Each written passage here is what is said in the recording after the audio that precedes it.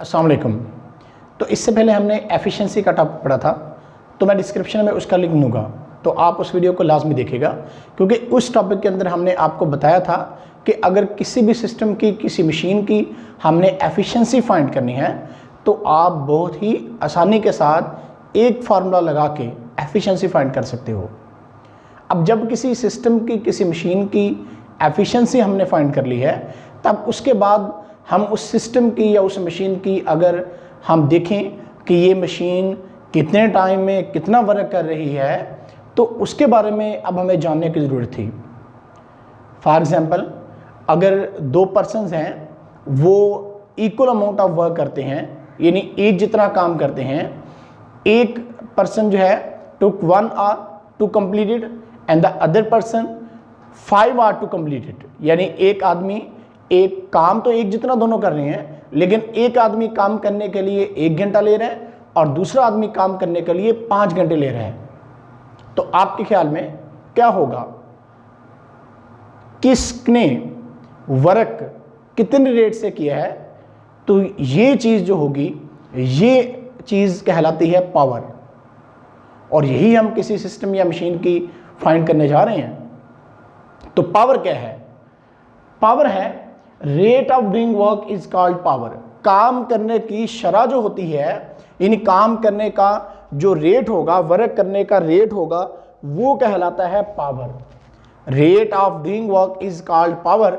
अब एक आदमी एक काम करने के लिए 1 घंटा ले रहा है और दूसरा आदमी उसी काम को करने के लिए 5 घंटे ले रहा है। जैसा कि मैं पहले वीडियो के स्टार्ट पे बता रहा था आपको कि अब दोनों में से बताएं पावर किसकी ज़्यादा होगी, रेट ऑफ डूइंग वर्क किसका ज़्यादा होगा।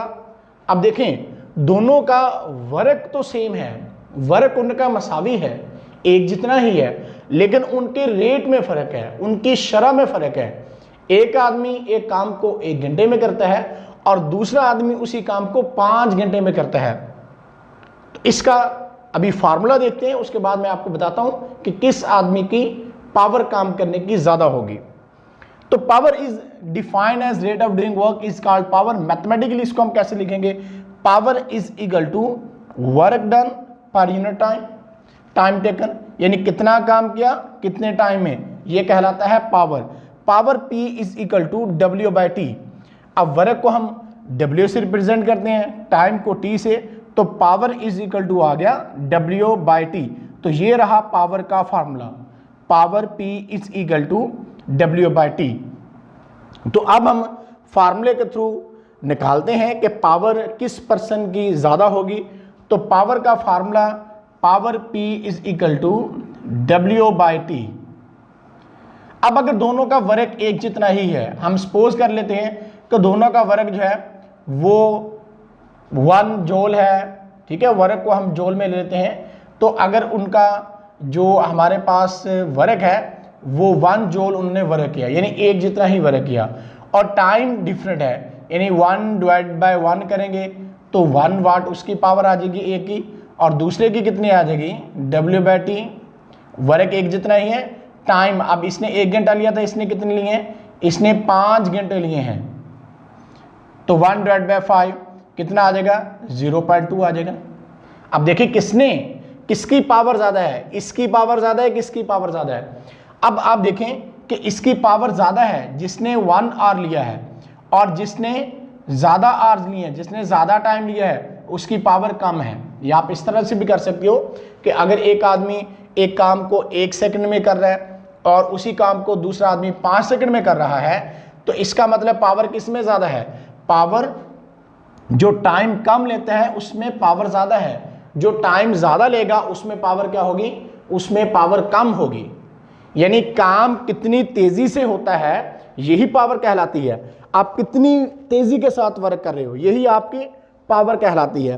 अब आपने ज़्यादा तेज़ी से काम किया तो डेफिनेटली टाइम कम लगेगा। अब अगर टाइम कम लगता है तो इसका मतलब आपकी पावर क्या है, आपकी पावर ज़्यादा है। लेकिन अगर टाइम जो है वो ज़्यादा लगता है तो इसका मतलब आपकी पावर क्या है, कम है। यानी पावर का और टाइम का आपस में उल्टा रिलेशन है। टाइम ज़्यादा होगा पावर कम हो जाएगी, टाइम कम होगा पावर क्या हो जाएगी, ज़्यादा हो जाती है। तो इस फार्मूले के थ्रू हमें इस चीज़ के बारे में अंदाज़ा हो गया है। अगर जनरली हम इस चीज़ को देखें तो अगर ओवर में वैल्यू बड़ी होती है तो आंसर आपके पास क्या आता है, छोटा आता है। अब 1/1 किया 1 आंसर है। अब 1/5 किया, अब ओवर में हमारे पास जो है वैल्यू जो है वो बड़ी है। जब नीचे बड़ी वैल्यू होगी तो आंसर क्या आएगा, छोटा आएगा। तो इससे भी आप अंदाज़ा लगा सकते हो कि पावर जो है वो कब ज़्यादा होगी, जब टाइम कम होगा। और पावर कब कम होगी, जब पावर कब ज़्यादा होगी, जब टाइम कम होगा। और पावर कम कब हो जाएगी, जब टाइम ज़्यादा होगा। ये बात बड़ी ही ध्यान में रखने वाली है कि अगर दो आदमी जो हैं वो एक जितना ही काम करते हैं, लेकिन एक आदमी ज़्यादा टाइम लेता है और दूसरा आदमी कम टाइम लेता है, तो जो कम टाइम लेगा उसकी पावर ज़्यादा है, क्योंकि उतनी बड़ी तेज़ी के साथ वर्क किया है। और जिसने जितनी तेज़ी के साथ वर्क किया है वही उसकी पावर बनती है, क्योंकि पावर का फार्मूला है W/T, work divide by time. तो तेज़ी से वर्क करने का मतलब ये होगा कि आपकी पावर ज़्यादा होगी, और सुस्त रवि से वर्क करने का मतलब ये होगा कि आपकी पावर जो है वो कम है। तो इसलिए याद रखिएगा इस चीज़ को, जितना टाइम ज़्यादा लोगे उतनी पावर क्या होगी, उतनी पावर कम होगी। और जितना टाइम आप वर्क करने के लिए कम लोगे उतनी आपकी पावर ज़्यादा होगी। तो ये था फार्मूला इसका, और फार्मूले के थ्रू हमने आपको बता भी दिया है, रिलेशन निकाल के भी बता दिया है कि किस तरह से मतलब ये पावर W/T जो है वो कब ज़्यादा होती है, कब कम होती है। तो यहाँ पे इसको मैं ज़रा नोट भी कर देता हूँ कि पावर ज़्यादा होगी कब, जब टाइम क्या होगा, टाइम कम होगा। नीचे को एरो बनाने का मतलब टाइम थोड़ा है तो पावर ज़्यादा है, ऊपर को एरो बनाने का मतलब टाइम ज़्यादा है तो पावर क्या होगी, कम होगी। इस चीज़ को आपने ज़रा ध्यान में रखना है। उसके बाद अब हम पावर के यूनिट की बात कर लेते हैं, क्योंकि जब भी कोई क्वांटिटी आती है हमारे पास तो उसका यूनिट भी हम निकालना ज़रूरी होता है, ताकि उसको उससे में रिप्रेजेंट हम कर सके। मैग्नीट्यूड के साथ साथ यूनिट भी होता है। तो अब क्या है, किसी भी क्वांटिटी को, फिजिकल क्वांटिटी को बयान करने के लिए कंडीशन थी। अब जब वर्क को टाइम पे डिवाइड किया था, दो क्वांटिटीज़ को डिवाइड किया, तो हमारे पास एक नई क्वांटिटी पावर आ गई थी।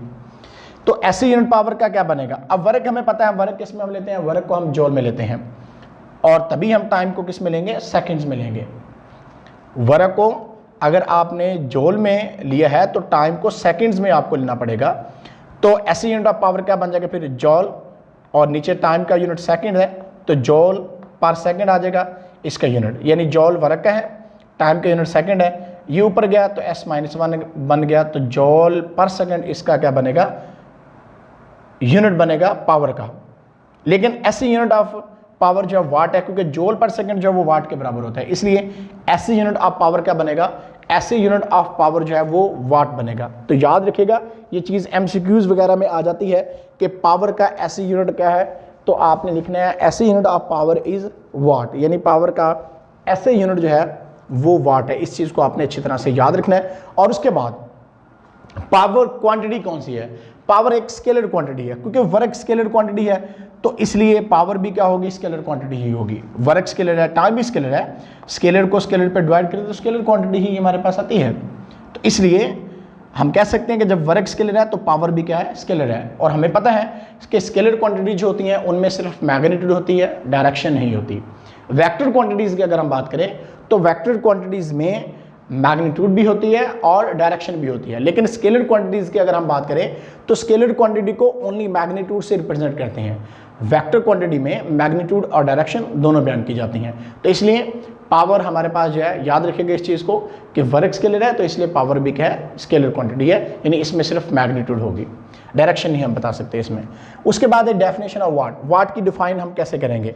अब देखिए ज़रा यहाँ पे वाट है किसके बराबर, वाट इज इक्वल टू है जॉल सेकंड के बराबर है, जॉल पर सेकंड के, सॉरी। तो 1 वाट अगर है तो 1 जॉल वर्क होगा किसमें, 1 सेकंड में होगा। 1 वाट को डिफाइन कैसे करेंगे, if 1 जॉल work done in 1 second, अगर 1 जॉल वर्क होगा 1 सेकंड में तो हम कहेंगे पावर कितनी आती है, 1 वाट आती है। जैसे अभी मैं बता रहा था, यहाँ पे हमने फार्मूले में भी ये चीज़ देखी, power P is equal to W/T है। अब वर्क कितना हो रहा है, 1 जॉल वर्क हो रहा है, कितने टाइम में हो रहा है, 1 सेकंड में हो रहा है। तो 1/1 1 जॉल और ये सेकंड ऊपर जाके पर सेकंड बन जाएगा। पावर का यूनिट क्या होता है? वाट होता है। तो पावर का 1 वाट होगी, 1 जूल वर्क होगा हमारे पास 1 पर सेकंड में।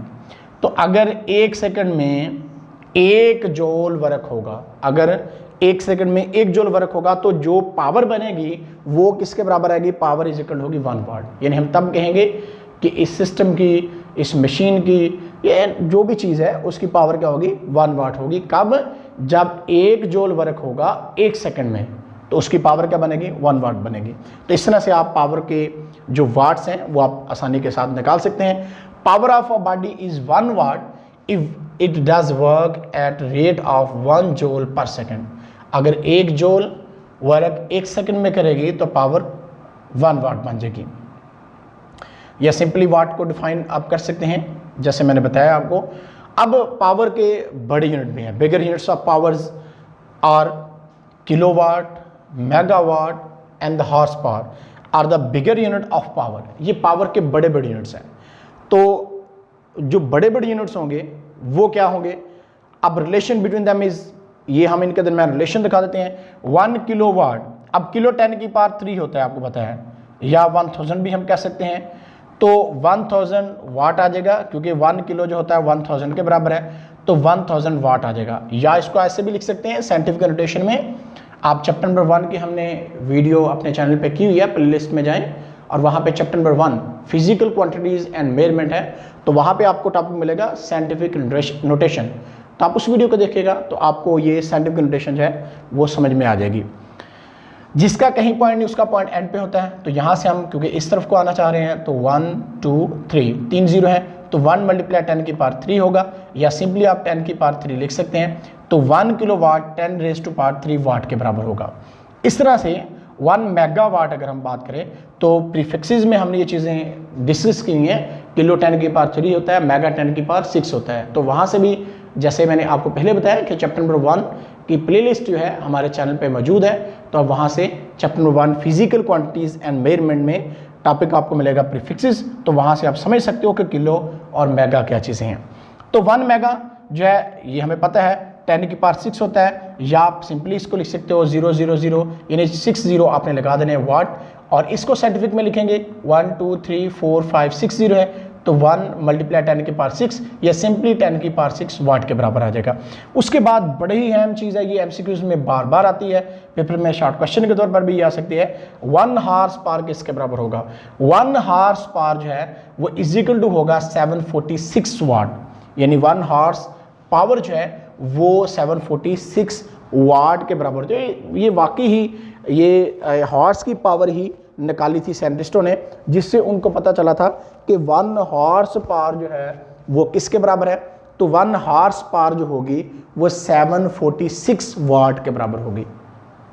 तो इस तरह से हमने देख लिया है कि पावर का जो फाइंड करने का तरीकाकार क्या है, पावर कैसे फाइंड कर सकते हैं, इसका फार्मूला भी देख लिया। पावर एक स्केलर क्वांटिटी है, ये भी आपको बता दिया, और इसके यूनिट्स क्या हैं और बिगर यूनिट्स ऑफ पावर्स क्या हैं, और 1 हॉर्स पावर किसके बराबर है। तो ये भी आपको आई थिंक समझ आ गया होगा।